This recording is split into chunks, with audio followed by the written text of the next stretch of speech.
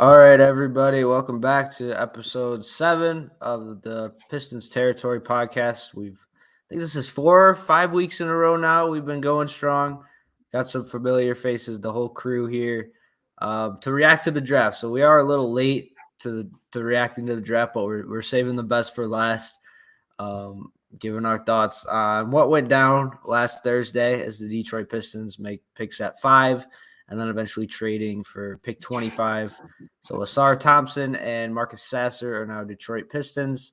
We also got some free agency rumors to talk about. Yeah, you know what? I'll start with Mateo. Mateo, you've been a long time personality here on the show. What are you thinking? We'll start with Asar Thompson. What were your overall thoughts on Asar Thompson getting drafted by the Detroit Pistons? I'll say first things first. It was super nice to see him go back to back with his brother, top five. That was really dope moment. That was super cool and good for the both of them. And obviously really good for Overtime Elite League. But in terms of Asar, I mean, and congratulations on your prediction being correct. By the way, that was a good prediction. And I think he fits the team perfectly. And I'm starting to see how it's gonna mold and I'm really excited to see what he can do. I've learned more about him in the last couple of days than I really knew about him for a while, because for a while he wasn't even really on my radar until kind of closer to the draft. So I'm just really happy with it. Honestly, I really like his archetype. I really like his potential fit with us, and overall it was just I'm satisfied with the pick that we made. I had no real idea who we were going to go with at 5. It could have gone a lot of directions, but Asar seemed like the right pick there. Yeah. Parker, what about you? Okay, so Sar, I'm gonna be honest. I did not. I thought we were gonna go. I was a really big fan of Jarris Walker, and I'm glad he's with the Pacers. I think that was my second best fit for him. But total surprise. I honestly thought Asar was gonna fall a couple spots. I was like, oh crap, this dude's about to be sitting here for a minute while he watches his brother go enjoy his time with the Rockets. But no, I'm glad. I think after doing some little bit of research on him, I'm pretty excited how defensively sound he is. He's, I mean, he's one of the players. He fulfills a role that we needed on the Pistons. So I think that is a huge bonus in getting him at 5. And I'm just excited. I didn't really watch a lot of Overtime Elite. I think this is also a good thing, like Mateo said, for Overtime Elite, that it's just going to be, I think Overtime Elite eventually will be a really close rival to G League in probably like the next 3 years. So this is huge for them. Yeah, and we got the trivia champion RJ. What are you thinking? Saving the best for last. Parker low-key had a great transition for me because he talked about the overtime elite and like it being like this draft being big for them. But I'll start with my concern for Asar, well, for both the twins, but specifically Asar since he's a Piston. It's just with overtime elite being new, I don't know how I feel about it yet. Like we haven't really seen anybody come out of it. So like Parker said, this is pretty big for them because this could either make or break like the future of overtime elite as far as prospects coming out of their league. Like it does concern me though. I mean, these twins were playing 16 through 20-year-olds, like they were playing high schoolers pretty much. So uh that concerns me. And then just the fact that it's not a traditional route. So like they didn't do the college thing overseas or even G League. Like they did something that's never been done really. So with that being said, that had me concerned.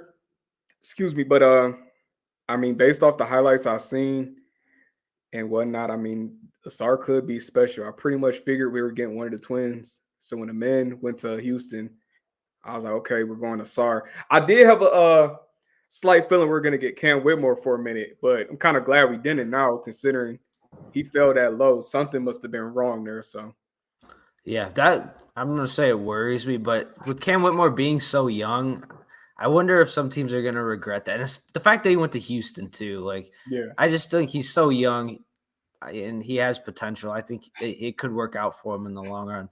But I was watching Troy Weaver speak on Asar Thompson, and I think he compared him to Andre Iguodala Do you guys kind of have like a ceiling in mind for him in terms of like a player, in terms of like what kind of stats do you think he could put up? Like, what do you think like realistically his ceiling is? Is it all NBA? Is it all star? Is it a 20-point per game score? Like, what do you think at like in his prime? What could Asar Thompson be for the Pistons? Mateo, I'll go back to you. That's a good question. I think at the end of the day, what we do know is that the athleticism is there and that can absolutely lead to buckets. So I think that one thing that won't be an issue for either of the twins is going to be scoring. I think they will figure it out in the league when it comes to scoring, especially with their athleticism. The question is then, how does that fit in with the rest of their game? And obviously, Amen is known as more of a passer, but Asar actually was also a pretty good passer last year too. And so I think he can develop his passing skills too and actually average, a decent amount of assists as well, on top of probably a decent amount of rebounds. So if you're asking for, peak stats, we have really no idea yet, obviously. But if we're, being hopeful, I want to see probably like 20 a game out of him. I think he can do that with his scoring ability. And more than anything, I want to see, hopefully, long-term all-NBA defense. I want to see wing defense that is harassment, damn near harassment. I need that kind of energy from one of our defenders who's gonna really step up and help push this team over the hump. So that's what I want out of him. Yeah, and then I just quick second part. What do you think he could realistically do for us next season? Like, do you really think he's gonna get that many minutes? He's probably coming off the bench. Like, what's his role for the Pistons next season? I think it's going to depend on what we do with Bojan, obviously, because right now there's a huge chunk of minutes that have to go to Bojan and the rest of our front court. I think we try to find a way to avoid having to give Bojan all of these minutes and try to get Asar as many minutes as possible this year. But I've seen that there's also other rumors about us getting other forwards. So that being said, I think he's not going to be thrown right into the fire. He's not going to start right away, I don't think. But I do think he will get good rotation minutes. He will, I think, probably be our 3 off the bench, maybe 2. We could play him at the 2. I mean, who knows what we do with Alec Burks? I've heard his name in packages. So the bench is kind of up in the air right now. And I think he will, no matter what, get a lot of those minutes, which is good because I think we all just kind of want to see him play no matter what, as long as he's getting minutes. Yeah. Parker, same 2 questions to you. Yeah, I mean, Mateo kind of stole some of the points I wanted to make. I mean, it all really, what we do with Asar this season really depends on what the load of how many forwards we have right now. I think we're going to eventually move off Bojan Bogdanovic. And, I mean, we're going to get – I feel like we have a really strong chance of getting one of the top forwards in this free agent class, that being Cam Johnson. I almost like Cam Thomas. Cam Johnson, Jeremy Grant, I think any of those guys, I mean, even Kyle Kuzma, I mean, one of these guys that could come in, it really depends on what we do there. But I think Asar's ceiling is easily first team all defense. I think that's a ceiling. Does that mean he's going to make an all-star? I'm not saying he's going to consistent all-star starters. I think he could for sure make a reserve team.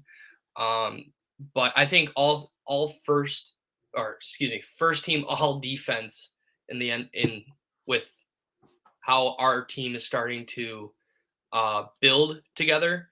As we hear Troy Weaver saying, we want to try and go back to that traditional rough and tough type basketball. And that's what the Pistons' identity has been its entire lifespan. So I think Troy Weaver's seeing a lot of things from past and drafting perfectly, in my opinion, so far. Besides, we won't talk about Killian, but I think Killian's going to have a great season this year. I think that's also another thing. Okay. RJ, what about you? As far as my expectations go, I don't want to set them too high just because I don't want to get my hopes let down. But, I mean, like y'all said, if he could be like our best perimeter defender, that's a success. I mean, I think Teo said it earlier, the athleticism is there. I think his ceiling is definitely a starter in this league. I mean, we pretty much have our franchise backcourt for the next few years. We got our starting center for the next few years. If Asar could come in, kind of be like our Tayshaun or something like that, I'm all for it. I'm not opposed whatsoever because I feel like Tayshaun, one of those players who did the dirty work and just didn't get his flowers properly. So if we can get something like that out of Asar, I'm all for it. Yeah, I was thinking like maybe like 18 to 20 points a game. I don't know. His three, it's going to be really interesting development just watching his 3-point shooting. I think that's going to be a big talking point. Parker, do you have something? Yeah, so I forgot. I wanted to bring this up while I was talking, but coming during like pro days and the combine, a lot of executives around the league were saying that Asar Thompson's one of the best athletes they have seen in a very long time. I think that says a lot about this kid. I mean, he not just won. I mean, we can put an asterisk on how big this is, but he won Finals MVP and League MVP for Overtime Elite. I mean, I don't think that's something that just is super easy, but I don't know how that kind of levels out with like the G League or because we don't know how that competition's really like. But yeah, if we're getting this kid that is apparently the best athlete that league executives have seen in a long time, I think that's really promising in the direction Troy Weaver is taking this team. Yeah, I saw something about like how him and his brother would always stay after in the gym and like putting up shots and getting up work. And that to me says a lot because you obviously want someone who wants to work, who wants to be here. Even like the buffs, he had like the buffs on like Cade. Like to me, that's a really good sign too of him fitting into this culture and wanting to be here. But yeah, like I was hoping like 18 to 20 points. Maybe he could get to league average from shooting. But like Andre Iguodala, like if that's his ceiling, that would be perfect for this team. I think every team would love a prime Andre Iguodala. So yeah, Troy Weaver kind of planning that, at least into my head, I think. I mean, that's pretty lofty expectations, but he is a top 5 pick and he does have a ton of potential. But yeah, if we want to move on to the other move the Detroit Pistons made, we all kind of expected them to make another move, and they did, getting a guard off the bench. Now, I'm not too familiar with Marcus Sasser. I know he's a guard. He can play a little defense. He can shoot. What came to mind for me was like Vinny Johnson. Like that's kind of like, I'm just hoping he could be a guy that can come off the bench, knock down some threes, play some defense. Like I even like Langston Galloway. I know Langston Galloway wasn't the greatest for the Pistons. Maybe, I mean, he did have a couple good stretches, but that was kind of my thought for Marcus Sasser. But Mateo, we'll just go around again with you. What did you kind of think when I think they acquired him in a trade at 25 with the Boston Celtics? What do you think his future could look like in Detroit? I'm not going to speak on him too much because, to be completely honest, I don't really know much about him. But from what I do know and from the videos I have seen, I like the kind of player he is. He's a defensive-minded player, and he also was a big piece of that Houston team, right? And so I really think that he fits along with the pieces that Troy is getting. Of ball players, hoopers, guys who just really want to hoop and play hard. And I understand the positional value because we don't really need to draft another big man right now. So, going in the direction of maybe thinking about our bench front court going forward, and thinking about, maybe who else, or I mean our backcourt, sorry, going forward, and thinking about who else is going to fit in that bench longer term. Obviously, the name Killian Hayes is thrown in there. What's his future looking like? Alec Burks, what's his future looking like? Some of these, we've had guards at the end of our bench, including, Corey Joseph and Rodney Magruder, guys like that. What does that mean for them? I think is the biggest thing, which obviously isn't like a huge deal for the Pistons in the long term, but I think immediately he's going to get, some of those minutes because he was a first round pick after all. And we traded up to get him. So I think that means, he's going to get some of those minutes and it's going to affect some of our past players. But yeah, I don't know too much about him. I'll let Parker speak more on that. All right, Parker, what do you got? So Houston was probably easily, I mean, LSU is my college, but I had to pick another team this year. I had Houston going all the way in the tournament. So I focused a lot on it. Marcus Sasser is my best player comp is Drew Holiday mixed with Marcus Smart. That's how I think this kid is, him and Killian coming off the bench is going to be such a good thing. The way that he leaves no space between the ball handler and himself it's just crazy. He'll be maybe with his hand will be within maybe a couple inches of the ball every time he's guarding. This kid is tough. He's gritty. Like I mentioned earlier about Asar. This kid is ready to be like a tough guy.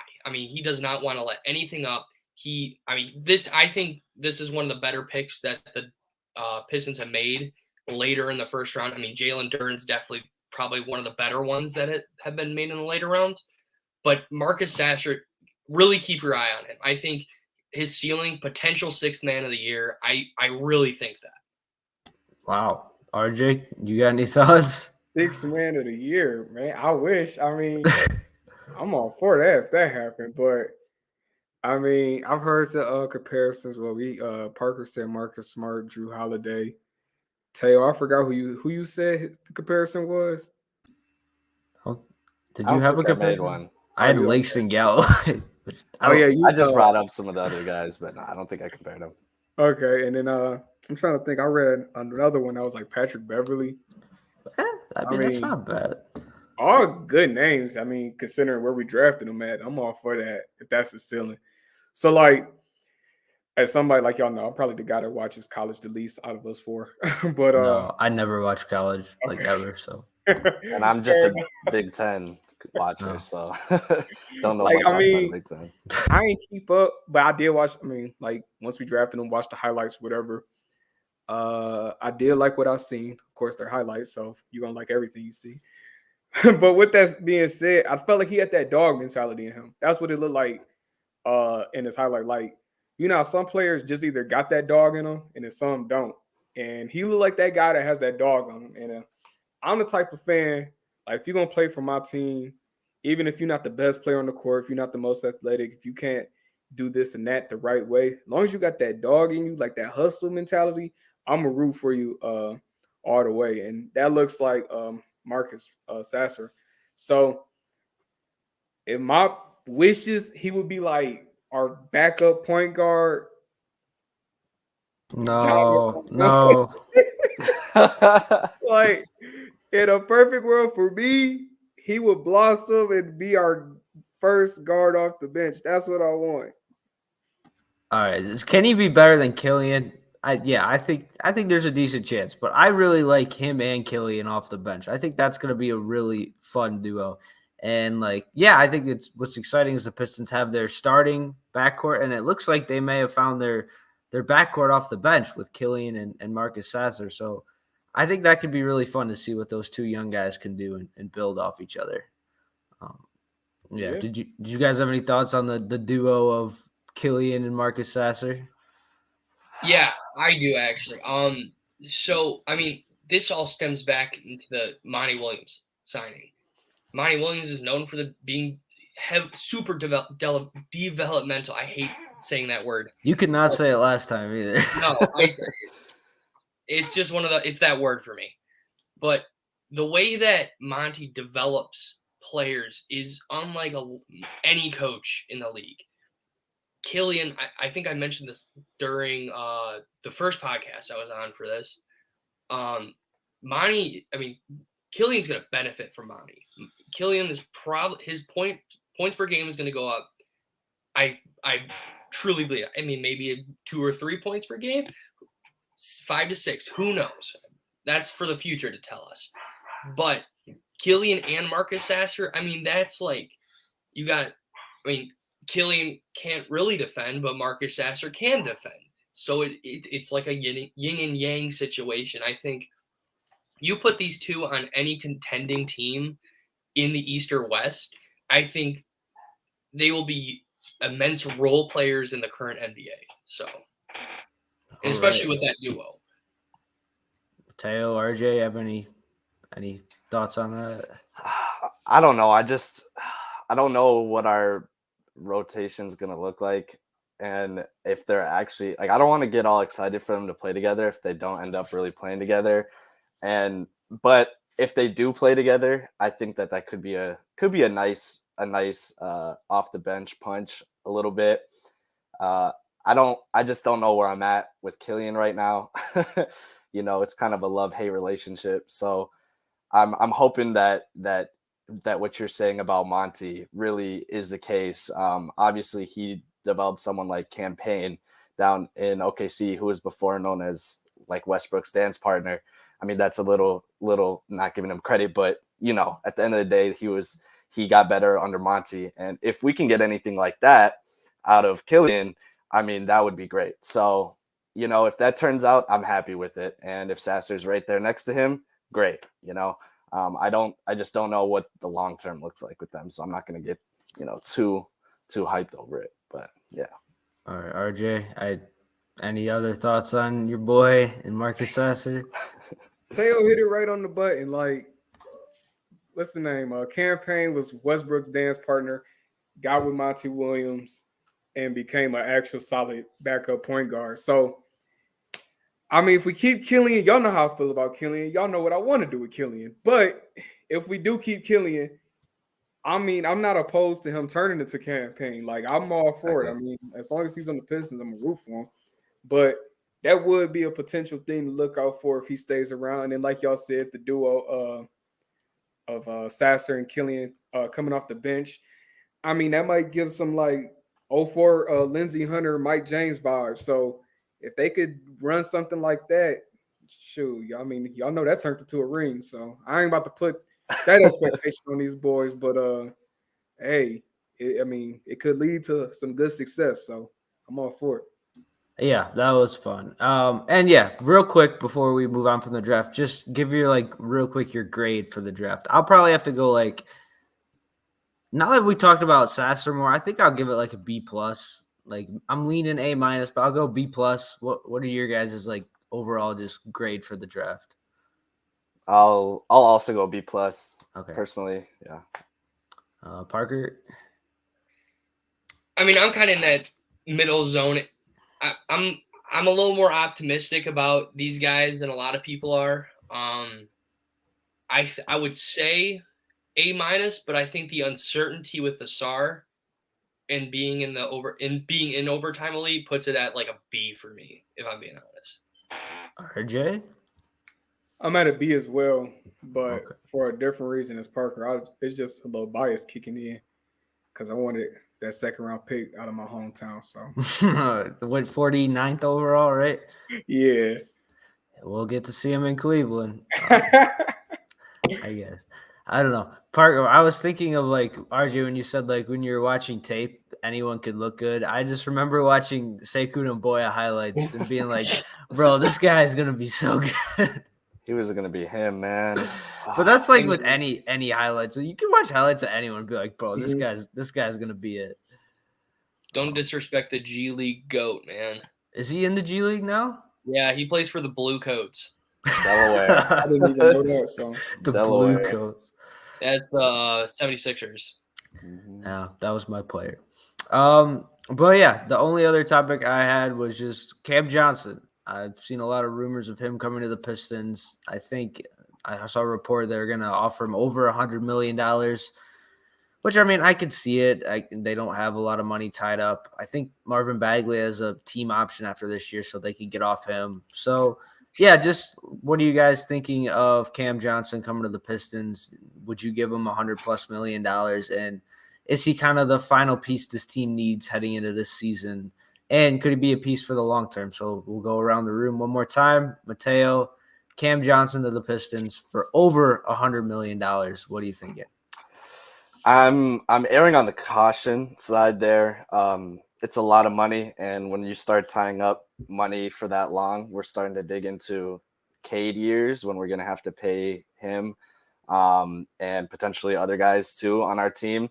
And we don't want to, the last situation we want to be in is all of our money is tied up in Cam Johnson and say maybe another free agency pickup later, and we don't have money to sign one of our core guys. So I think obviously that's not a huge concern right now, but I don't know that, that really pushes the needle that far for us with what we currently have. I feel like, drafting Asar kind of relieves a little bit the need that we had for a forward. Now, obviously, he's an established NBA player, and he's been in the league for several years and has proven what he can do. So that's a little bit different. He would be a great piece to have on the team. I just don't know that I want to give him that much money for what are we going to ask him to be ultimately, like the fourth option, maybe third option. So for me, that's not worth that kind of money, at least right now.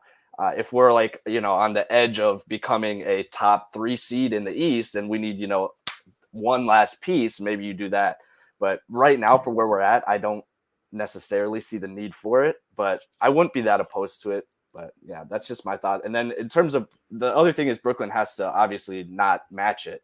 But I do think that's a real possibility considering the amount of wings that they have on their team, and they just drafted some more. So yeah.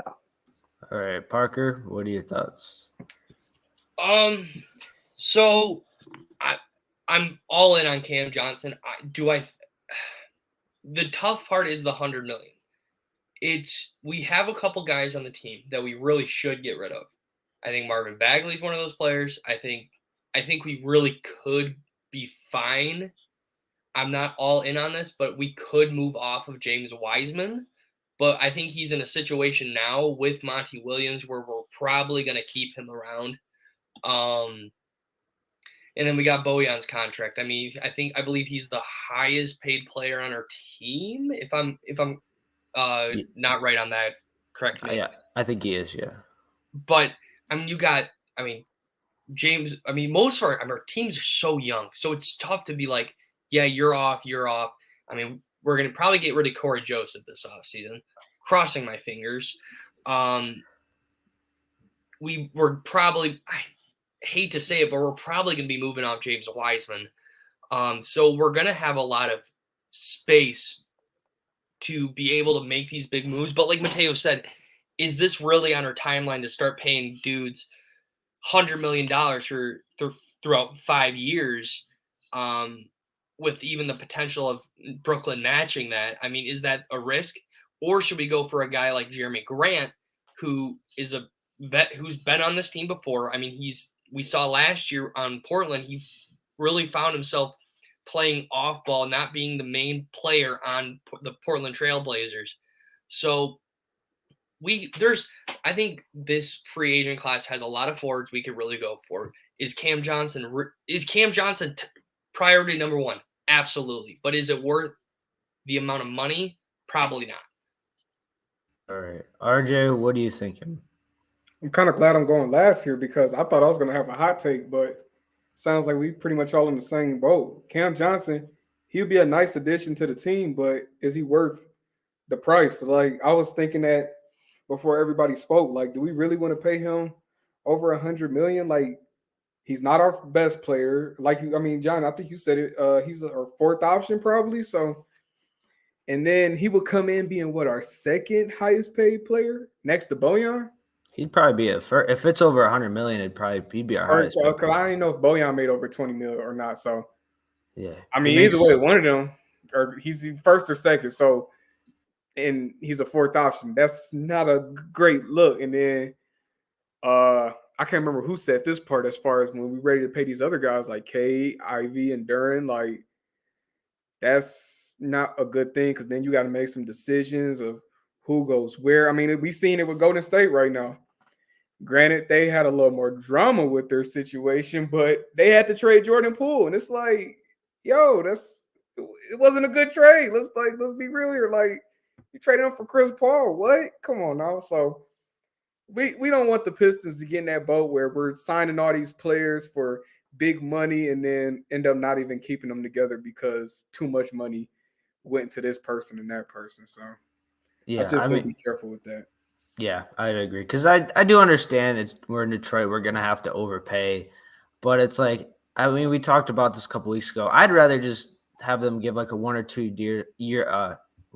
year deal to like Kelly Oubre or another veteran like that. Like just committing all those years of money to Cam Johnson. Like, is Cam Johnson better than Kelly Oubre? Yeah, but by that much, I don't really think so. So I would err on the caution of I don't really want to sign guys to long-term deals. But I mean, maybe I haven't looked at free agency next year. Maybe there is just no free agents that Troy Weaver sees as better than Cam Johnson. But I did predict Asar Thompson to the Pistons. I'll be honest, I think this is probably going to happen. I think it's been like when we heard the Monty Williams rumors, they eventually did happen. I think we're hearing these rumors pretty heavily for a reason. So I do think it's going to happen. Is he a needle mover for the Pistons? No, but he does make them a better team, and they do need shooting, and he's going to give them shooting. But I don't know. I'm surprised we all kind of agreed on this. I'm kind of out on it too, if I'm being honest. But yeah, I kind of do think it's going to happen. Yeah. Twitter's the complete opposite, though. Like, Twitter's all in on him. Woodward's complete opposite. Everybody, everybody I know at work is all in on Cam Johnson, and I'm not saying they're wrong in that aspect, but I think there is no point in paying a dude that is going to be your fourth, fifth option on your team $100 million. There's no point. Well, and there's no need for it right now. Like, No. What's the push for to get us into the play-in? Like, you don't pay $100 million just for that, you know? And obviously it's a longer term thing, but, you know, I just don't see a need for it right now. We don't, especially after grabbing Asar. And, you know, like you said, there are other options in free agency too who aren't restricted. So, you know, who knows what we end up doing this free agency. But I do agree that there's a high chance that this does end up happening, especially considering they have a connection. Obviously, he coached him in Phoenix, so I think it could happen. I don't know how I feel about it once it does or doesn't happen, and the details are out. That I think will be the ultimate thing, is whether Troy can get him for a decent deal or not. Yeah, I mean, my biggest gripe with Troy Weaver is he never acquired any first round picks. Like I guess Jeremy Grant counts, but I wish he would just take on a bad contract and get a first round pick. Like, I would much rather him do that and give minutes to Asar Thompson than to go sign Cam Johnson. Or just like try to find the next Jeremy Grant. Try to find a guy you sign for a year or two, and then you flip him at the deadline or in the offseason for another first round pick. Like, I don't really understand the thinking of this. Like, I understand he's a good player and he's going to make this team better, but I mean, realistically, we probably want the Pistons to get another top 10 pick and add another young player to this core, because then you're really looking at, well, you could potentially have your starting lineup for the future. I think we all agree they probably have 4/5 of that starting lineup right now. So why risk it to win 35 games and get bounced in the play-in? So, yeah, I'm kind of with you guys on that. Yeah, and I even think that, I mean, we, as the Pistons, really should have tried to get Jordan Poole from Golden State, in my opinion.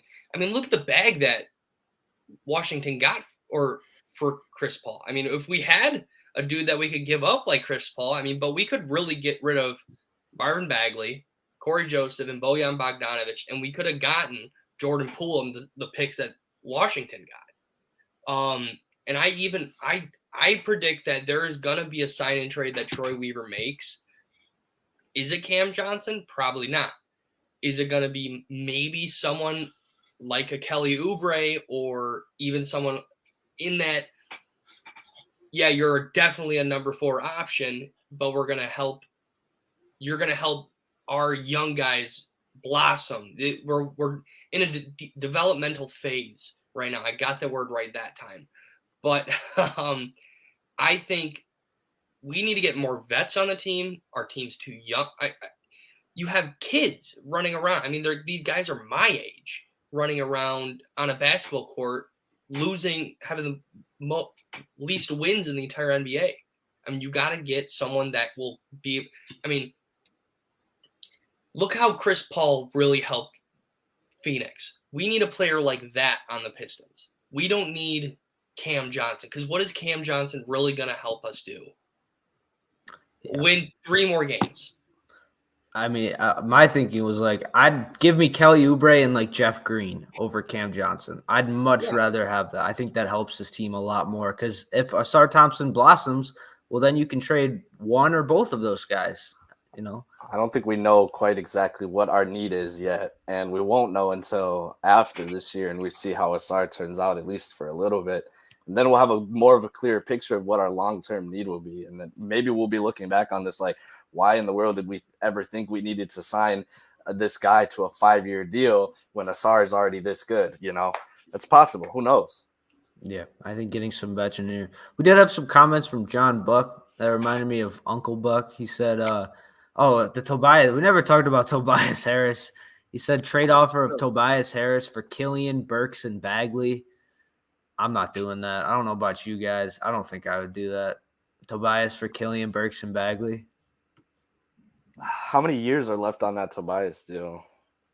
I think 2. I can check for you. Or Parker, are you checking?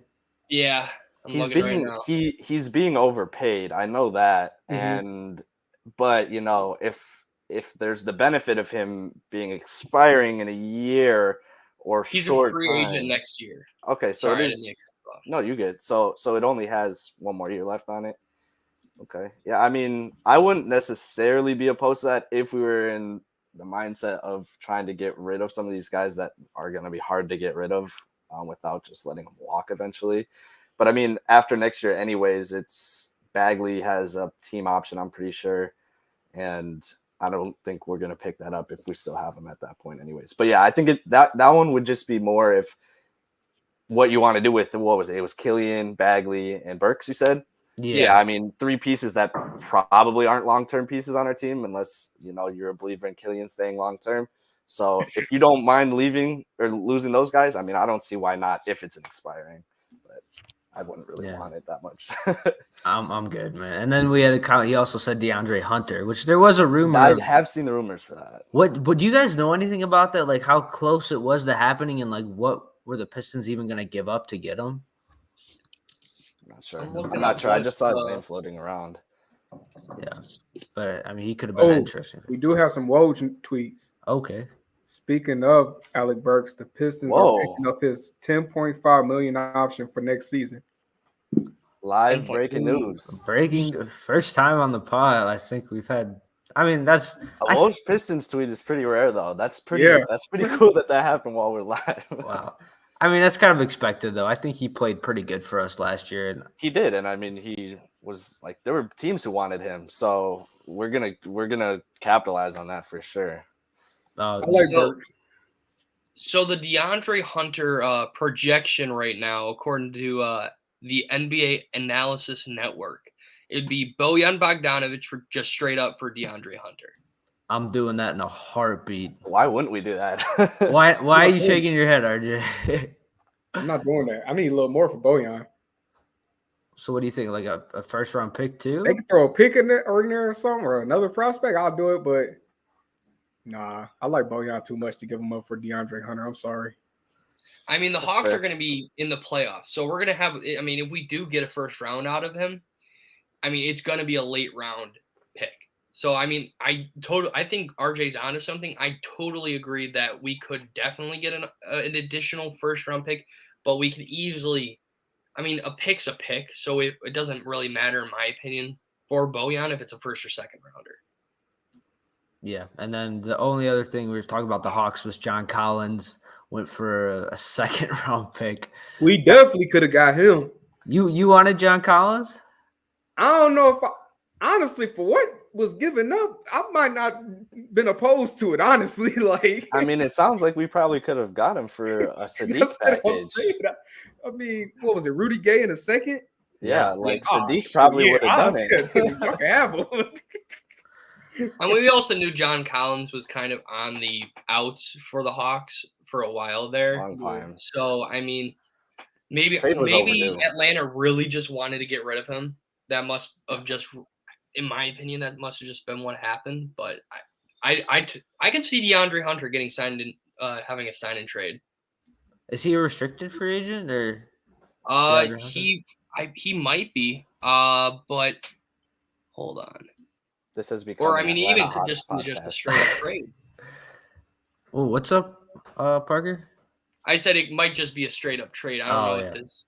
Because I'm thinking if he hasn't been signed to his rookie extension, we're gonna have to deal with his restricted free agency and pay him probably close to $20 million. So yeah, that's what I was thinking. And then, hey, man, we could go for Dylan Brooks. He only wants $12 million. Dude, give me Dillian Brooks over Cam Johnson, honestly. No, Hey, man. He has the defense we need. Second team All Pro or I'm good. All Defense. Wrong I one. don't He's want not it to that. happen, but John might be on to something, man. Like, what are you talking about? Which John? The John Buck? Or? Ivy, Hunter, Tobias, and Duran. I know. I was like, I don't know about that, man. but the Dylan I'm Brooks, out on I don't know. Tobias. Take him. Tobias. That's the only one I'm out on. I think DeAndre Hunter that's something I wasn't even looking at. Yeah, I think he's kind of a reclamation project, but I still think he has decent potential. He's still relatively young. Yeah, totally. But yeah, I mean, it should be in contract's 4 years, $90 million. He's a free agent in 27. So so he did get an extension. Yeah, his average salary is $22.5 million. Oh, so he's going to be paid essentially a little less than Cam Johnson would. Yeah. That was for who again? DeAndre Hunter. And so, okay, he got the extension. Y'all was saying trade him for Bojan? Yeah. No. What if you get Hunter and Cam Johnson? That'd be crazy. Nice as, on top of us are. I was gonna say now you're just losing minutes. I mean, somebody got minutes. It's too many players. Yeah. Well, you'd be getting rid of Bojan too. Oh and yeah, Bojan's 30 years, $39 million. So the thing I'm with Bojan, he's getting older too, and if he like out of nowhere has a not good season, which could happen at his age, we're gonna be in trouble. So we gotta capitalize on him at some point here, and even if it's not for as much as we at one point wanted, because I don't know. I worry about him being any more productive than he was last year. Last year, I think, was probably going to be the most productive he's going to be, at least while he's on our team. That's true. Yeah, but I guess like my prediction is Cam Johnson, but my hope is like just give me like Kelly Oubre and Jeff Green. Like Kelly Oubre will be fine off the bench, and like Jeff Green, like he'll be fine with not playing. Like he just got his ring. Yeah. Like he can just be like our Udonis Haslem and you know. More minutes. What's wrong with Udonis Haslem? Udonis Haslem, the guy that doesn't do anything. Hey, I mean, we have Magruder for that. Minutes at the end of the game, and he will give us a 3-pointer here and there. That's true. Magruder is a free agent, so that'll be a very interesting storyline to follow if he comes back.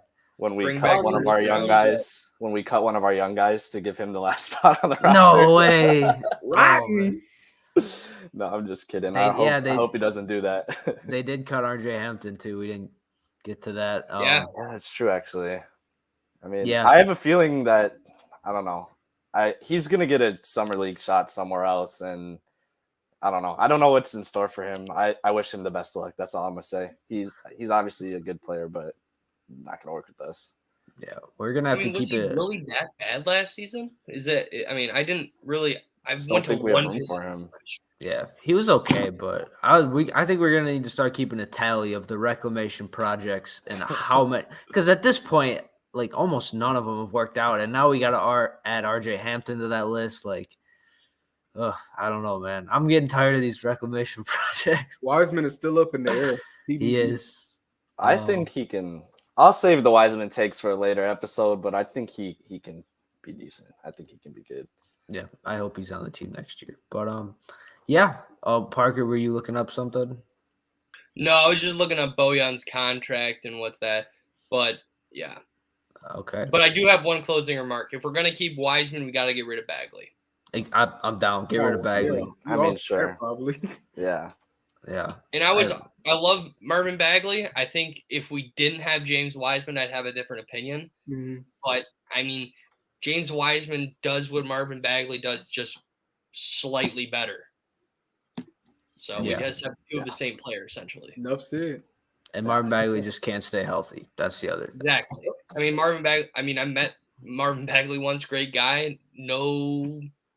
I got no disdain for him, but it's just, it's a business. Yeah. Yes, it is. All right, guys. Do you have any other closing remarks before we head out of here?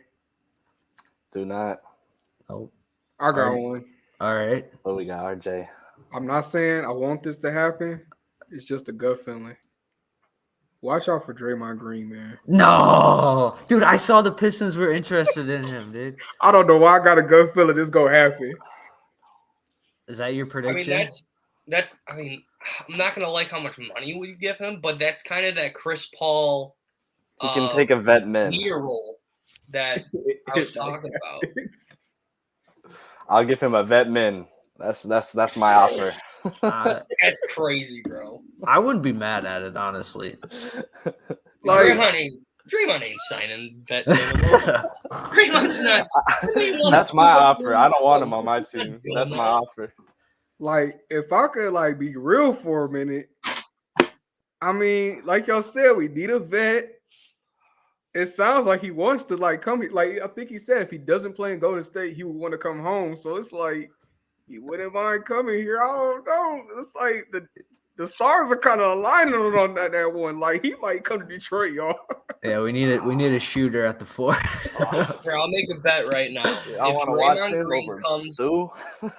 If Draymond Green comes to the Pistons, I'm buying a Draymond Green Pistons jersey. Oh, okay. I'll make that bet right now. You know, if he does come, I feel like that'll be a very popular Detroit jersey, to be honest. I feel like it could be.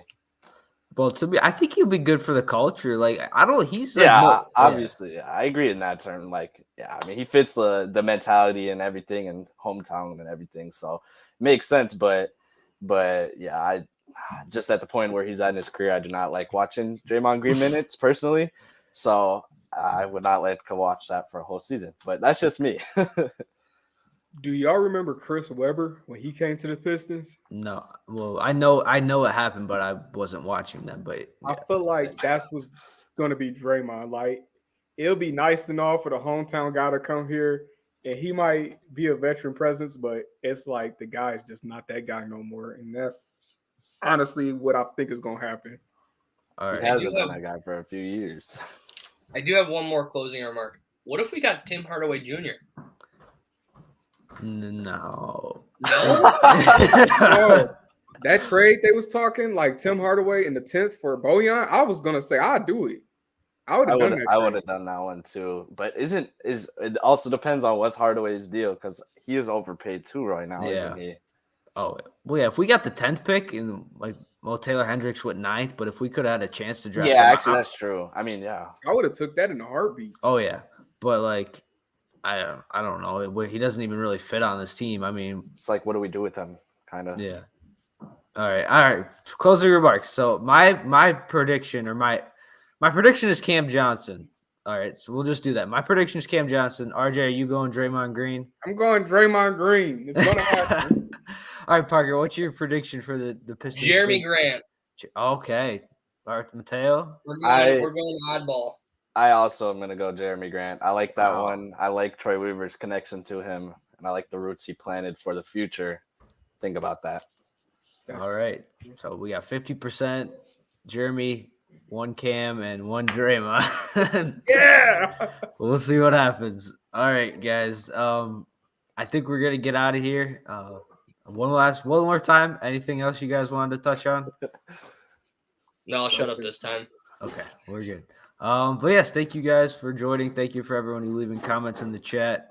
John Buck was giving us some good comments, maybe spoiling the offseason for us. Well, we'll see what happens. When does the offseason even officially start? Is it already started or? I believe it's already started since we've been having all these trades. Okay, but has free agency opened yet? Hasn't. No. I think it's open yet. That's soon though, right? July 1st, right? I was going to say it's the 1st of July, I'm pretty sure, which would be right around the corner. Yeah, a couple of days. And usually it's right when June 30th. June 30th at 6 p.m. Okay. Should be fun. Hopefully we get some good moves. Yeah, we'll have a lot to talk about, hopefully. Yes, but we did have a lot to talk about today. But thank you. I think we had 15 people in here at one point. So thank you, everyone, for listening. And as we continue to grow, hopefully we get to see more people, some familiar faces in the chat. But yeah, from John, Parker, RJ, and Mateo, we'll see you guys in the next one.